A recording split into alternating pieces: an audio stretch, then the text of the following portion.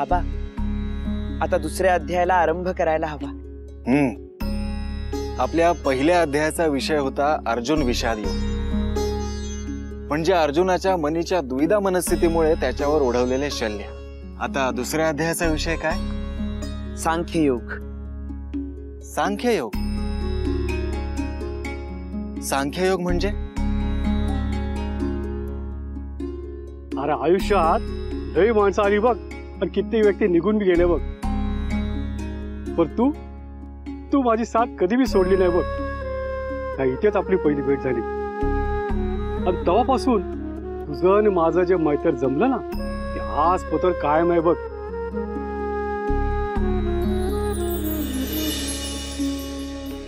बाबा, आज मी तुमचे नावक्षण करणार.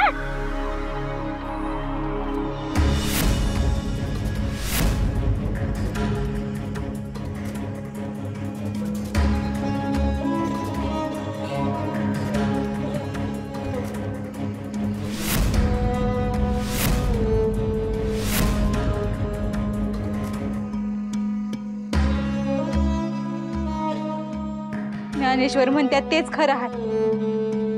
सुख येताना सवे दुःखाचं बोट धरून येतात.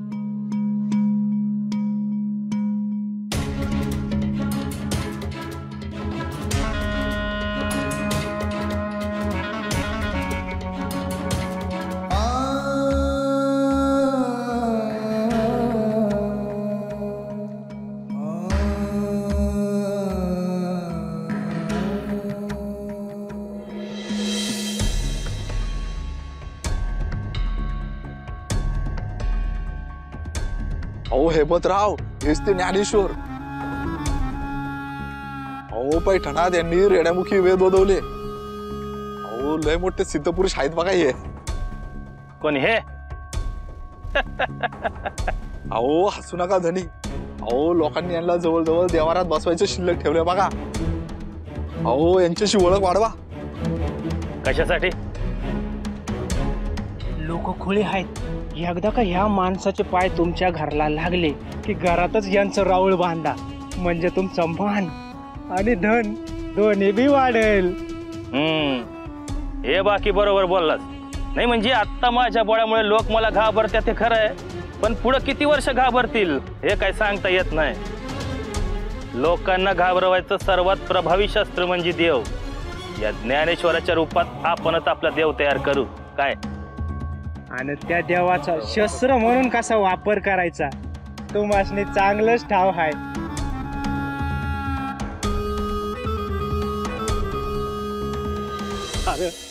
अरे साऱ्यांनाच वाटतं मी या जगापासून एकदम अलिप्त आहे बघ. मला कोणी मायाची माणसं नाही, मी कधी कोणामध्ये गुंतत नाही. अरे हे जग मला ओळखत नाहीये खरंय, मला बी आणि तुला बी. अरे कित्येकांना तू त्यांचा शत्रू वाटतोस.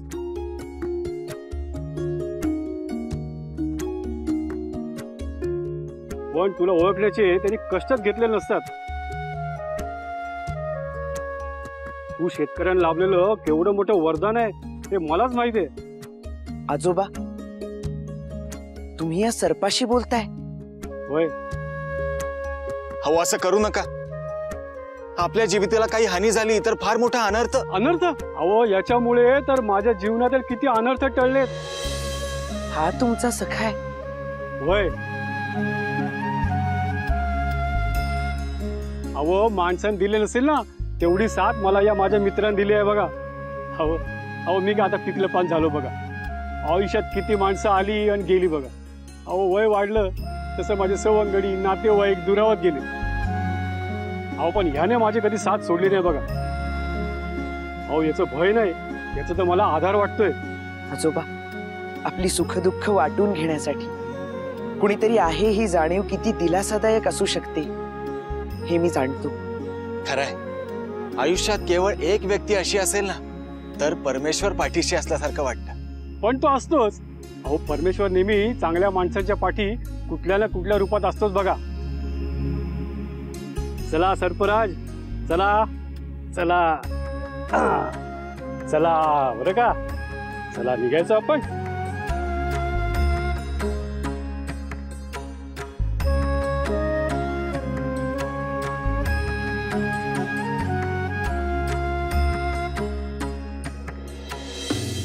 ज्ञानेश्वर महाराज, ओ ज्ञानेश्वर महाराज, ज्ञानेश्वर महाराज. अहो काय करताय?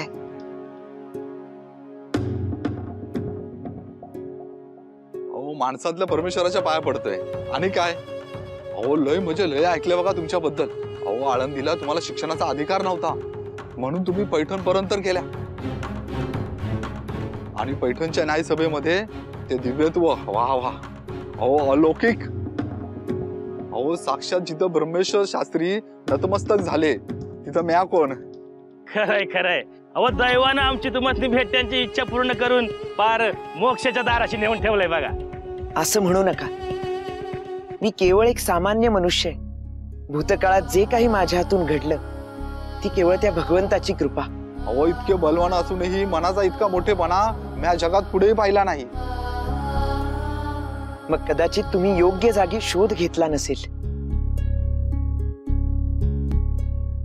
बघा ओळख द्यायची करून राहिलीच. म्या जगण्या आणि हे माझे धनी हैबतराव.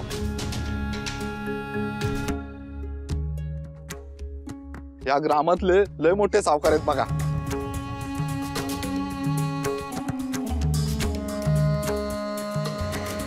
हे कोण? अहो हे सच्चिदानंद बाबा.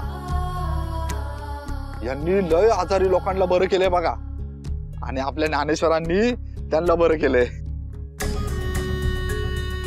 अहो मरून मी परत आले बघा. चल, असं कुठं असतंय का? नाही म्हणजे इतकी अलौकिक गोष्ट आहे का नाही का पटकन विश्वासच बसत नाही. आता ज्ञानेश्वरांची कृपा आहे म्हणल्यावर तुम्ही भी मोठं सिद्ध पुरुष असाल. नाही, मी सामान्य मनुष्य आहे. ज्ञानेश्वरांनी दिलेल्या ज्ञानाचे मधुकण वेचणारा एक भ्रमर आहे केवळ. अहो ज्ञान आम्ही बी व्यस्तोय बघा, पण ते उतरवण्याचं भाग्य तुम्हालाच लाभलं. मोहिनी राजांची कृपा. खरंय खरंय. आता अशीच कृपा त्यांची आमच्यावर बी राहून दे ही इच्छा आहे. म्हणजे त्यांची बियाणं ज्ञानेश्वर, तुमची बी. मी समजलो नाही. अहो गुढीपाडव्याचा सण जवळ आलाय का नाही, तर त्या निमित्ताने मी तुम्हाला घरला भोजनाला आमंत्रण द्यायला आलो होतो.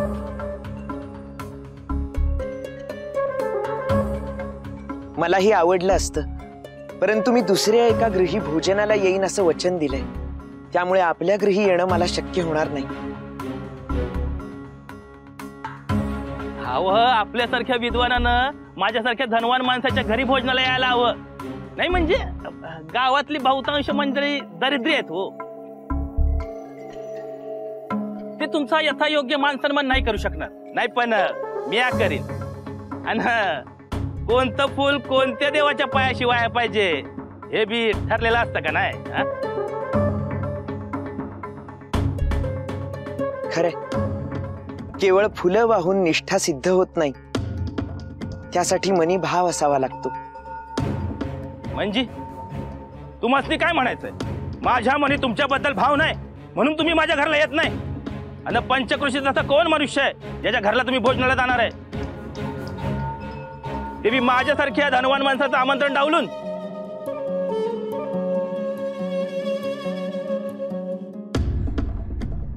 क्षमा करा, परंतु तो मनुष्य इतका धनवान आहे की त्याची आणि आपली तुलना कधीच होऊ शकत नाही. मला त्याचं नाव कळू शकेल का? हनुमंत. हनुमंत म्हणजे तू दरिद्री माणूस ज्याचं घर गावाच्या बेशीबाहेर आहे त्यो? अव त्याची 2 वेळची खायची भ्रांत आहे. त्यो सत्वाची भूक नाही भागू शकत. तुमची भूक काय भागवणार हो? भूक ही केवळ अन्नाचीच नसते, ती मायेची असते, श्रद्धेची असते आणि आपुलकीचीही असते. आपल्यालाही ती नक्की उमगेल. लोभ आणि भूक यातलं अंतर जेव्हा आपल्याला कळेल तेव्हा नक्की उमगेल.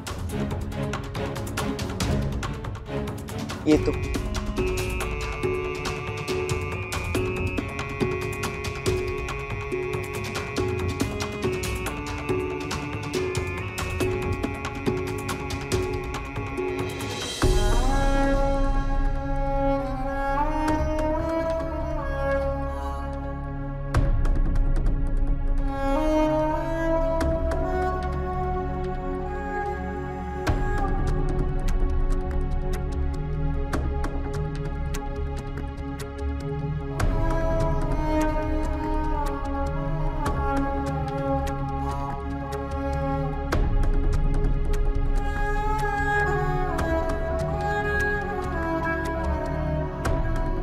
अहो बघा हो, काय होऊन बसलंय घरात. काय काय शिल्लक ठेवलं नाही त्या सावकारानं. समत्या घरचं वाटोळं केलं, भांडी कुंडी फेकून दिली, साऱ्या संसाराची माती केली त्यानं. अगं नाही ग बाई, हे समजा माझ्यामुळे झालंय. अर्थाचा अनर्थ घेऊन बसलो म्हणून हे सगळं झालंय बघ. एकदा वाट चुकलो आणि देवाने मला बराबर सजा दिली आहे बघा. मला क्षमा करा, मी तुमच्या समजांचा अपराधी आहे.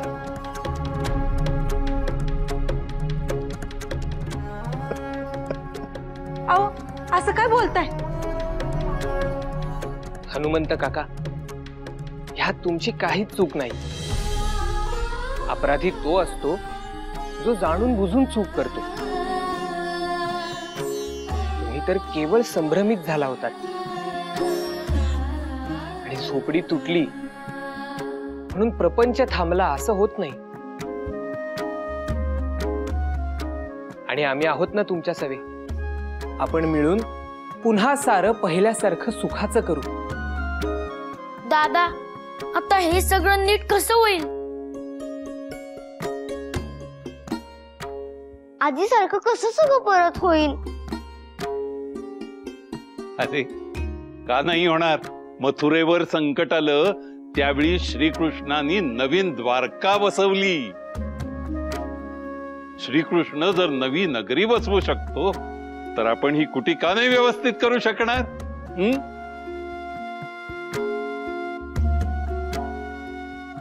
हा नाही तर काय, आपण समध्या आहोत ना बरोबर. मग चिंता कसली करायची? आपण समध्यांनी एक एक काठी लावली आणि भगवंतानं साथ दिली तर गोवर्धन बी उचलता येतोय. मग हे काय अवघड आहे?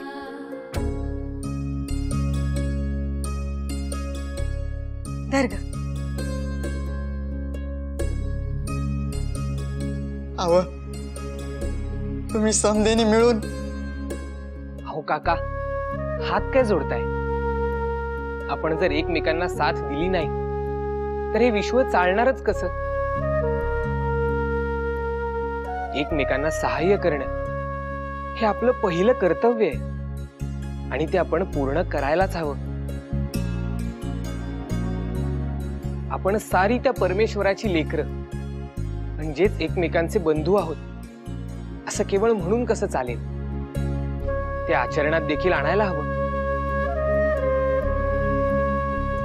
चला आपण सगळे मिळून ही कुटी सुव्यवस्थित करूया. उद्या गुढीपाडवा आहे, त्याचं निमित्त साधून आपण नव्या आयुष्याला सुरुवात करूया. दादा, एक विचारू? विचार की. गुढीपाडवा का साजरा करतात?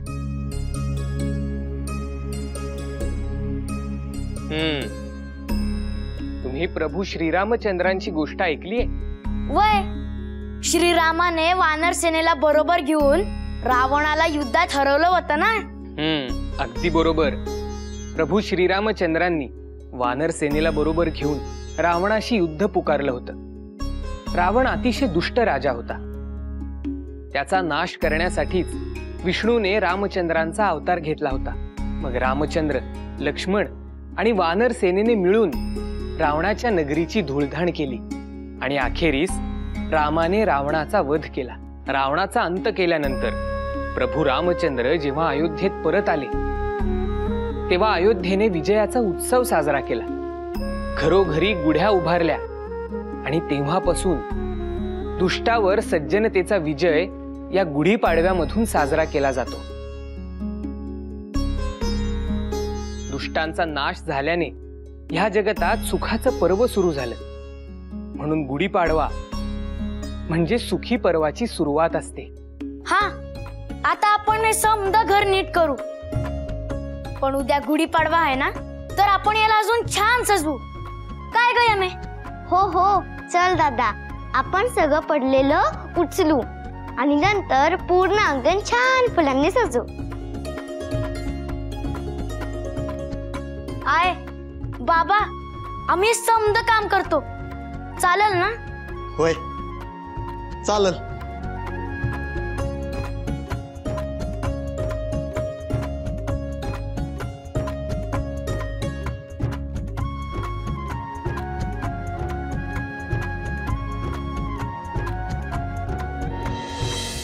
मालक घ्या घ्या.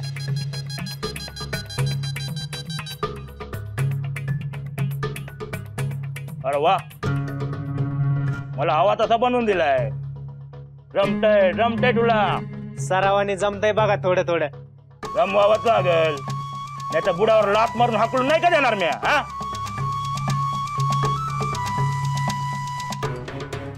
अरे हे बघ, आधीच बिनकामाची माणसं पाहून ठेवल्यात मी. अंगात गाडीचा बी बळ नाही त्यांच्या. अरे अरे उचला गाडी, ओढा. जमतय जमतय तुम्हाला. अरे वडा लवकर.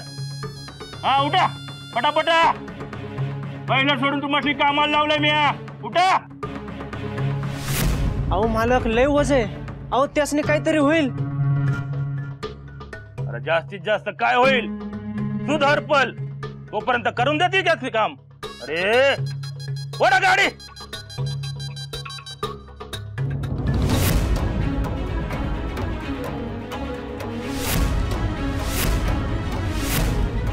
हे बघा, कुरुक्षेत्रातले विजयी वीर. अरे बाप्यासारखे बापे ना तुम्ही. गाडी ओढता येत नाही. चला ओढा. धनी नाही वाढता येते हो, क्षमा करा धनी. पण गाडी थोडी पोती बाजूला काढली तर गाडी हलकी होईल. आणि मग काय, परत परत गाडी ओढावी लागल. आणि त्यात जर मिळाला तर माझा येळ नाही का फुकट जाणार. आधी ते काम दडदमाना तुम्हाला फुकटचा पोचतोय. आता ही रडारड थांबवा आणि सांगितलेलं काम काम गुमान करा. चला उठा.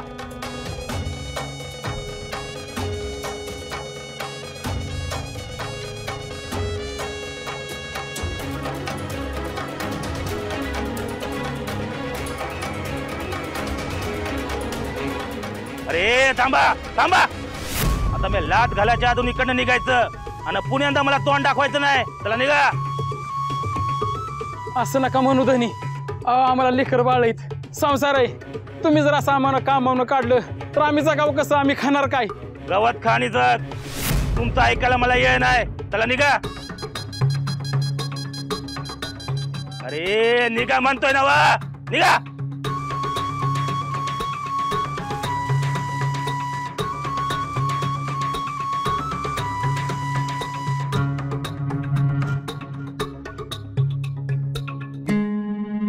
मला वाटलं कामावरून काढतो म्हणल्यावर गपगुमान गाडी ओढतील, ते येणुकीनच गेले.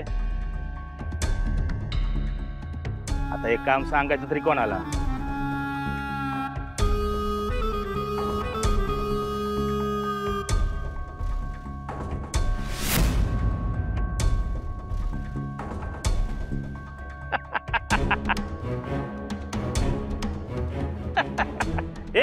थांबा थांबा. जो कोणी या थेरड्याला सहाय्य करल त्याच्या डोसक्यावर मी एका वेळी धाप होती देन.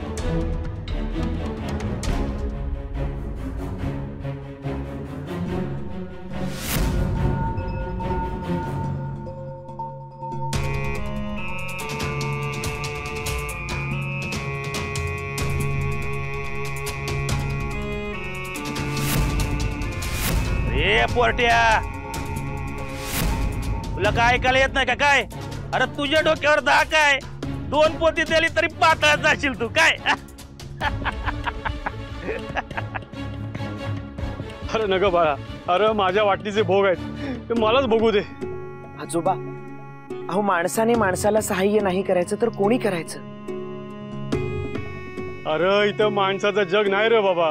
अरे या जगात जे कोणी आहेत ते पशुपेक्षा बी वाईट आहेत. अहो पण आजोबा, कुणीही कसंही वागलं तरी आपण माणसंच राहणार आहोत. अरे पोरा, अरे कसं समजव तुला? ज्ञानेश्वर, लहान तोंडी मोठा घास घेतो, पण आपण त्यांना सहाय्य करण्याने त्यांच्या अडचणीत वाढ झाली तर त्या वाढ झालेल्या अडचणीही मी वाटून घेईन.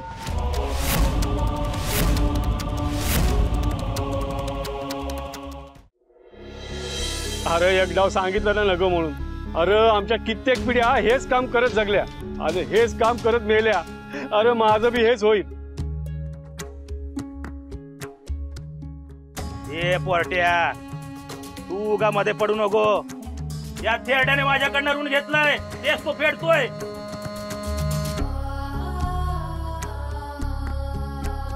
अहो पण त्यांच्या वयाचा तरी विचार करा. कृपया त्यांना दुसरी कामं द्या. अरे माझ्याकडे हीच काम आहेत. तुला जर या थेरड्याचा इतकाच कळवळ असेल ना तर मग तू फेड की त्या तरुण. फेडशील? फेडेन, नक्की फेडेन. माझ्याकडे आपल्याला द्यायला मोल नाहीये, परंतु शारीरिक कष्टाचं कुठलंही काम सांगा, करेन मी. असं होय? मग एक काम कर, त्या बैलगाडी जितकी बी पोती आहेत ना त्या ढिगाऱ्या जाऊन नेऊन ठेव. जा.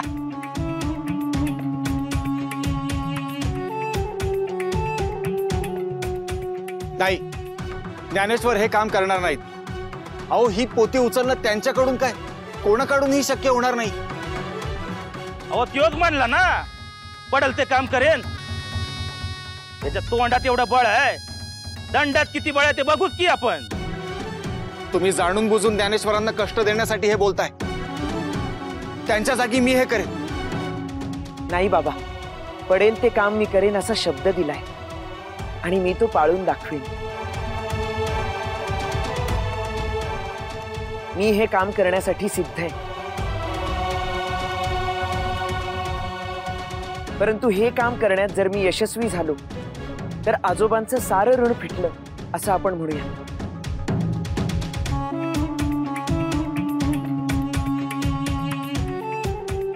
मान्य आहे?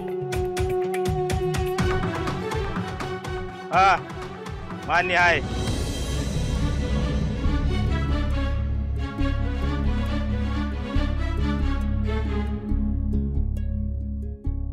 मोहिनी राजा, माझ्या पाठीशी उभा राहा, मला यश दे.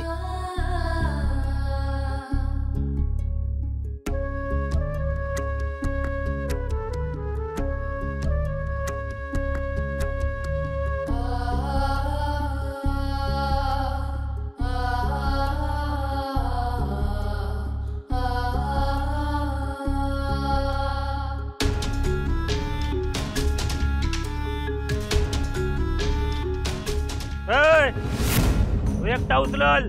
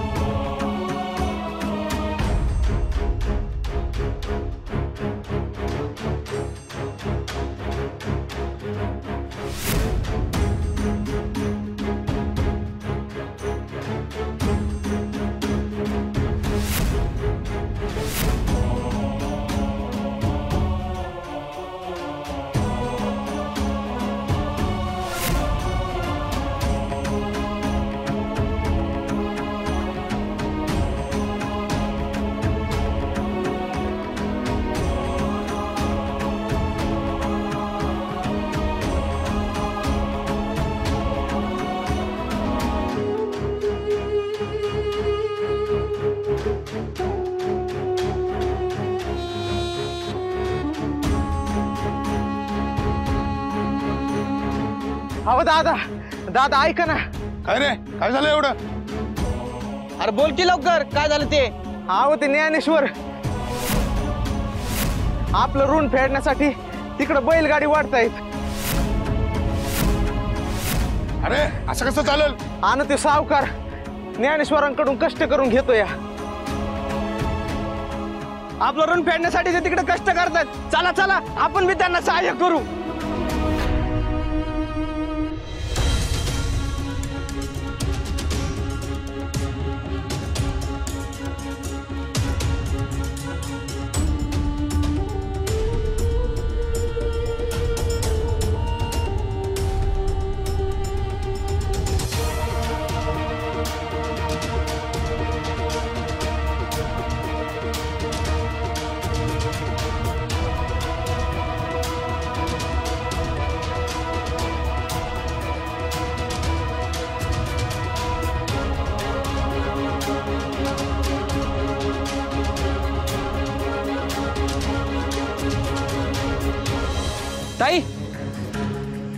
अहो ताई ताई ते ज्ञानेश्वर कुसमे ए कुसमे काय ग काय झालं? ज्ञानेश्वर आपल्यासाठी कष्ट करते ते सावकाराकडं. ते आपल्यासाठी कष्ट करतात आहेत. आपण इथं असं बसून चालणार नाही. चला लवकर. चला आपल्याला ज्ञानेश्वरांना सहाय्य करायला जायचं. चला चला लवकर चला चला.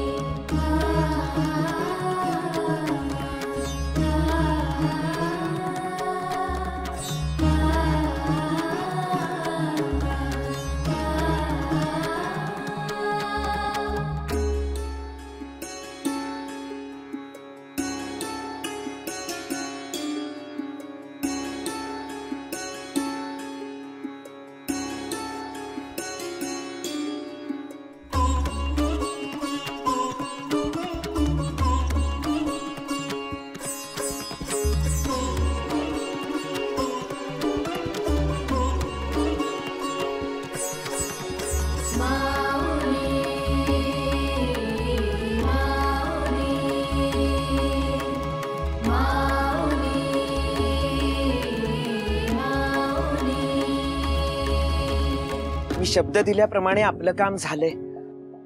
आता ऋण फिटलं असं म्हणूया. लय बळे अंगात तुझ्या पोरा. हे म्हणजे तुझ्यासारख्या माणसांची आवश्यकता आहे मला. तू एक काम कर, या म्हाताऱ्या तरुण जसं फेडलंस ना तसं ग्रामातल्या समद्यान तरुण फेडून टाक. नाही म्हणजे परोपकाराचा लय कळवळ आहे ना तुला. मग समद्यांवर एकदाच काय तू परोपकार होऊन जाऊन दे. आपण केवळ सूडबुद्धीने आणि अमानुषपणे वागत आहात. साऱ्या गावकऱ्यांचे ऋण ज्ञानेश्वरांनी का फेडावे? अहो या साऱ्यांचे कष्ट यांनी का सोसावेत? माणूस धर्मासाठी माझ्या वडिलांनी शिकवलेला माणूस धर्म असं सांगतो की अडलेल्या प्रत्येकाला सहाय्य करा, त्यांचे अश्रू पुसा, त्यांचा भार हलका करा. आणि माझ्या बाबांनी दिलेली ही शिकवण मी आजन्म पाळण्याचा यत्न करेन. एवढं काम केलं तुझा जन्म संपला नाही म्हणजे झालं. एवढं बळ तू आणणार कुठून बघतोच मी.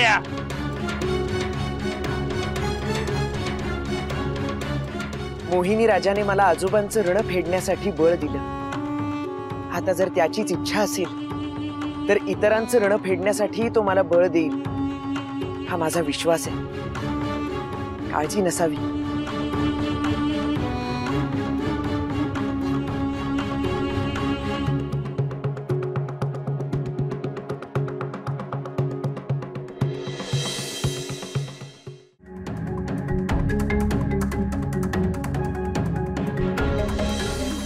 धने धने अहो धने अहो लय मोठा घात झालाय बघा. काय रे आता काय झालंय? अहो त्या ज्ञानेश्वराला सहाय्य करण्यास समद गाव धावून येत आहे बघा. लोक त्यांच्याकडे काय हाय नाही ती आयुष्यभराची मिळकत त्याच्या मोहर ठेवतय का तर त्याला तुमचं ऋण फेडता यावं म्हणून. अरे मग चांगलंच आहे की. करू दे लोक असतील त्या ज्ञानेश्वराला दान धर्म. सगळं देऊन चौथा भिकायला लागतील ना तेव्हा बघू. अहो पर त्यानं गावातल्या लोकांचं ऋण तसंच राहील ना. नगर राहू दे. मला माझं मोल मिळाल्याशी कारण. अहो असं कसं म्हणताय धने? क्षमा करा, लहान तोंडी मोठा गाज घेताय बघा. अहो लोक तुमच्या ऋणात आहेत म्हणून तुमच्या मोर खालमानीने उभी राहतात. तुमच्या मोर बोलताना लोक चळाचळा कापतात. अहो उद्या जर ते ऋणच राहिलं नाही तर तुमची सावकारी कशी चालणार? धनी अहो आगीसाठी पाण्याचं भय टिकून राहायला पाहिजे होतं पण तसं झालं नाही. तर यावर एकच उपाय. काय? अहो लोकांच्या डोळ्यात तुम्हाला मोठं व्हावं लागल. अहो समद गाव त्या ज्ञानेश्वरास काहीतरी देते, तुम्ही पण द्या. येड लागलं का काय तुला? माझं ऋण फेडाय मीच जर काहीतरी दिलं तर ते मूर्खपणा ठरल. अहो या मूर्खपणाला इथली लोक त्याग म्हणतात. माणुसकी म्हणतात. लोकांचं मन तुम्हासनी जिंकायचं असेल तर हे माणुसकीचं दुकान मांडूनच बसावं लागल आता. कारण भीतीपायी तुम्हासनी मान मिळत नसेल तर प्रेमापायी मिळवायला हवा. आणि त्या प्रेमाचा उपयोग भय निर्माण करण्यासाठी कसा करायचा हे तुम्हासनी चांगलंच ठाव आहे. बरोबर आहे तुझं, अगदी बरोबर आहे.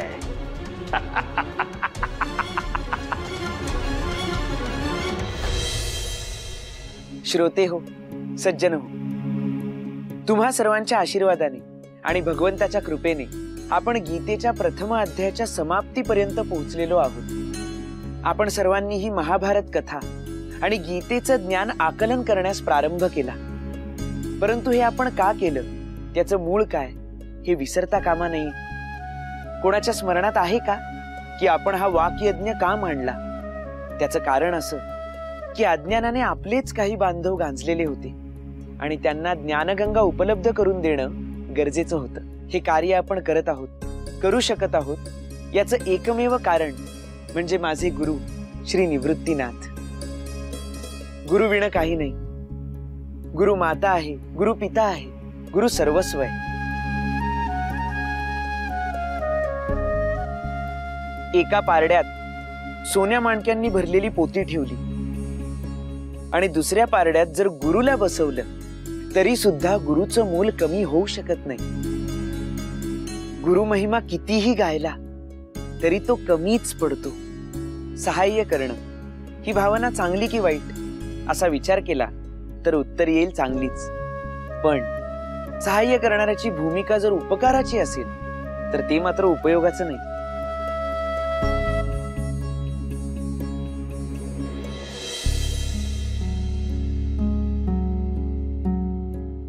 अगं हे कमी नाही का पडणार?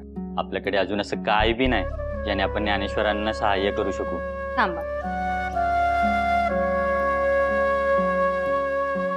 अगं एवढ्याने काय होणार आहे? एवढं तरी घेऊन जा, आपल्याला जेवढं सहाय्य होईल तेवढं करू.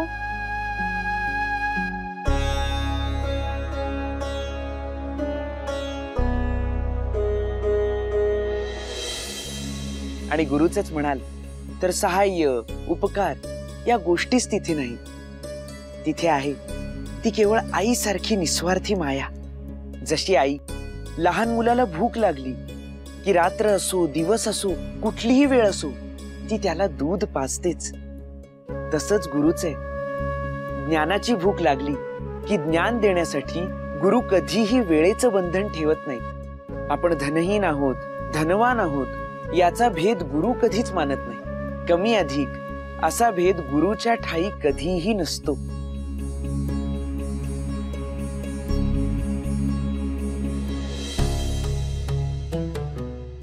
काय ओळखतोय? त्या सावकारांनी आपल्या ज्ञानेश्वरांना आव्हान दिले ग्रामासरून फिरून जावं म्हणून. ज्ञानेश्वरांनी आपल्याकडे किती काय काय केलंय बघ. आपण त्यांना सहाय्य केलं पाहिजे. काय सांगतोस काय? ते बघ त्या पिढीत आपल्याचे दागिने स्वर्गवासी होण्याआधी आईने जपून ठेवले होते आपल्यासाठी. पण आता ज्ञानेश्वरांना आपण सहाय्य केलंच पाहिजे.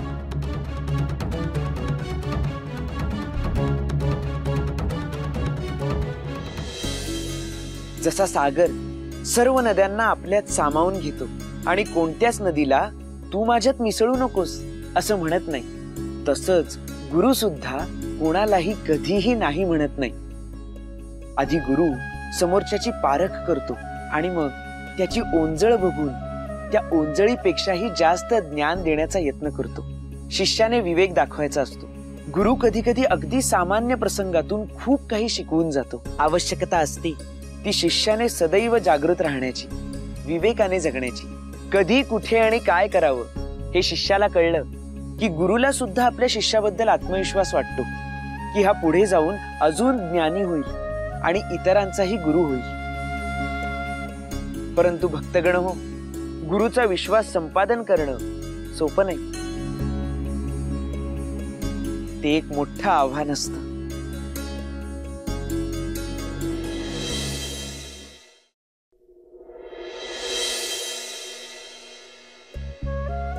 अगं त्या सावकारानं ज्ञानेश्वरांना आव्हान दिलंय की ऋण फेडून द्यावं म्हणून. अगं त्यांच्या निरूपणामुळेच आज गावात शांती आहे बघ. आपल्या घरात सुख त्यांच्यामुळेच नांदतंय. वय ग, पण आपण त्यांना सहाय्य कसं करणार? ह्या बांगड्या आहेत की ह्याच देऊ, होईल काहीतरी. काहीही करून गुरुचा विश्वास हा मिळवता यायलाच हवा.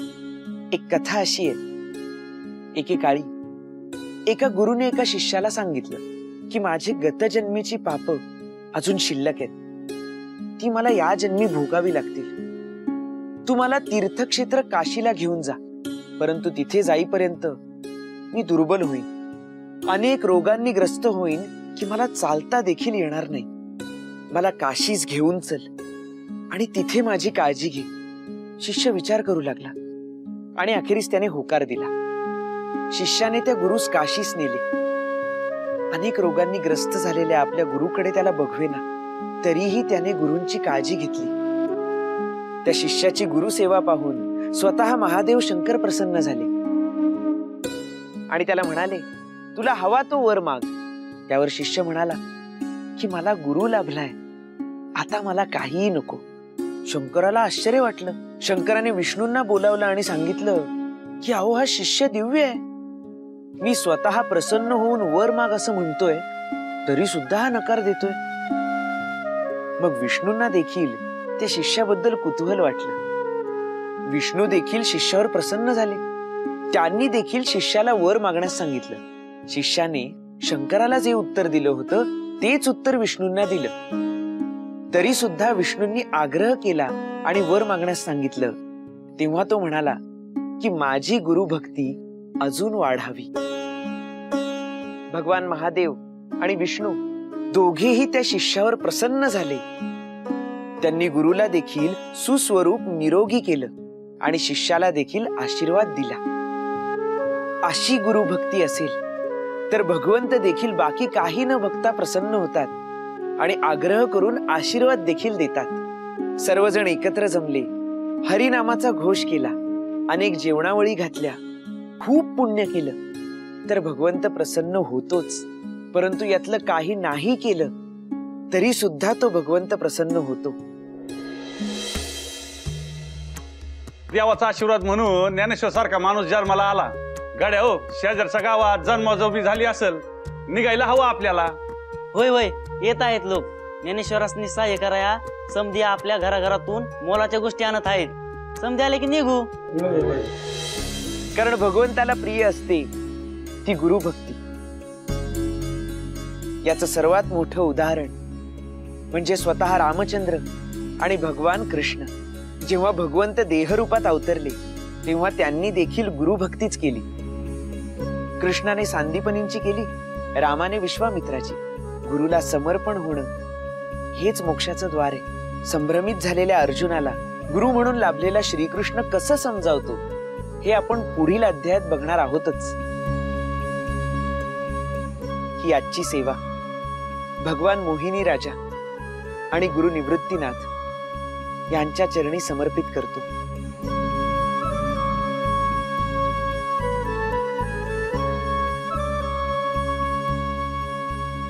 बोला गोपाल कृष्ण भगवान की जय. बोला गोपाल कृष्ण भगवान की जय. बोला गोपाल कृष्ण भगवान की जय.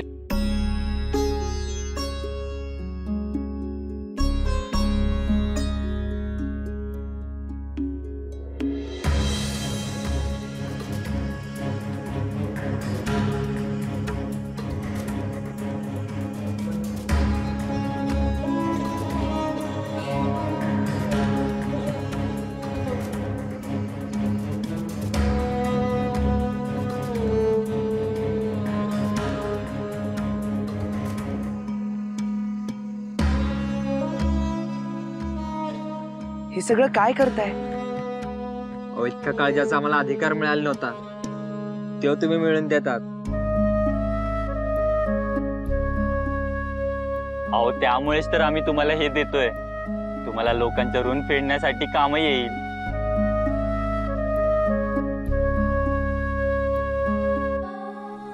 अहो, मी काहीही वेगळं केलं नाहीये. कोणीही हेच केलं असतं मी केवळ त्या भगवंताच्या प्रेरणेने हे करतोय. तुम्ही अख्ख्या जगावर उपकार करता, घ्या ना हे धन तुम्ही. याची आम्हाला काहीही आवश्यकता नाही. आणि माई, आपण ईश्वराची लेकरे, म्हणजेच एकमेकांची भावंड. आणि भावंड कधी एकमेकांवर उपकार करतात का? अहो ऐका आमचं, हे धन तुम्ही परत घेऊन जा.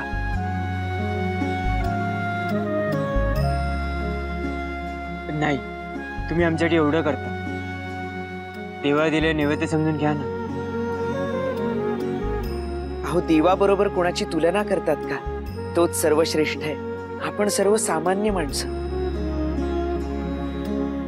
आपल्या सर्वांमध्ये एकमेकांना सहाय्य करण्याची जी वृत्ती निर्माण झाली आहे ही महत्वाची आहे. एकमेकांना असेच सहाय्य करत राहू तर रामराज्य नक्कीच येईल. श्रीरामांनी शबरीची उष्टी बोरं खाल्ली होती आणि तुम्ही आमच्यासाठी देवासारखे धावून आलात. अहो, रावणाच्या लंकेबतूर जाण्यासाठी जो सेतू बांधला होता ना, त्यात खारीनं बी आपला वाटा दिला होता आणि रामाने तो मान्य बी केला होता. आमचा खारीचा वाटा तुम्ही स्वीकार करा ना.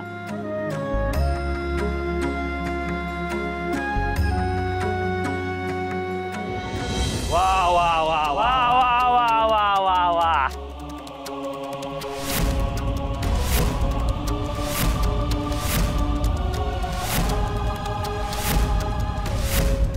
येतील का ज्ञानेश्वर हे नाणं दागिनं? येतील का? येतील येतील, पण तुमच्याच नाही चालणार त्यासनी. आणि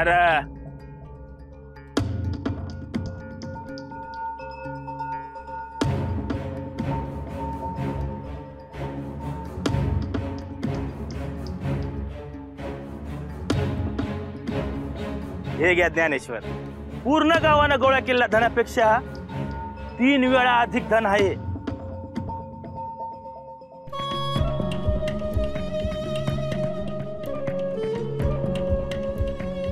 हैबतराव सावकार, धनाचं खरं मोल हे ते कशा प्रकारे कमावलं आहे यावर ठरतं.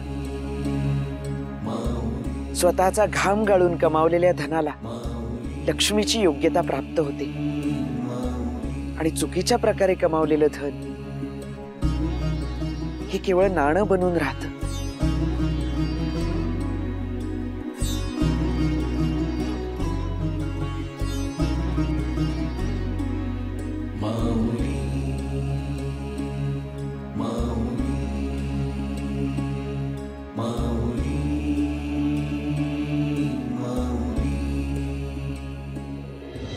ज्ञानेश्वरा, माझं धन नाकारून तू खूप मोठी चूक केली आहेस.